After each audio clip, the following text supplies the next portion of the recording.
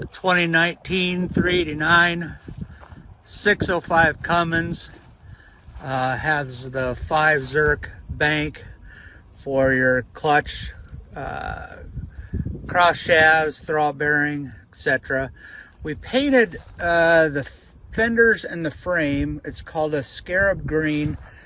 Cloudy day, it looks black, which we're kind of struggling with the sun a little bit today, but has a green pearl in it and turns green when the sun hits it.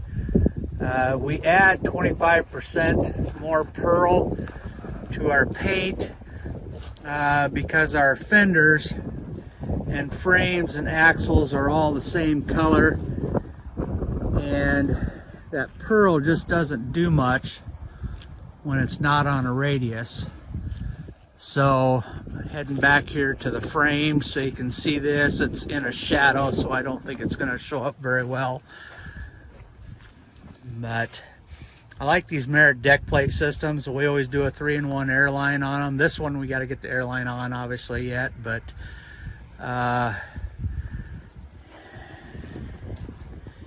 we really need the sun to get that paint or that pearl to jump off the frame.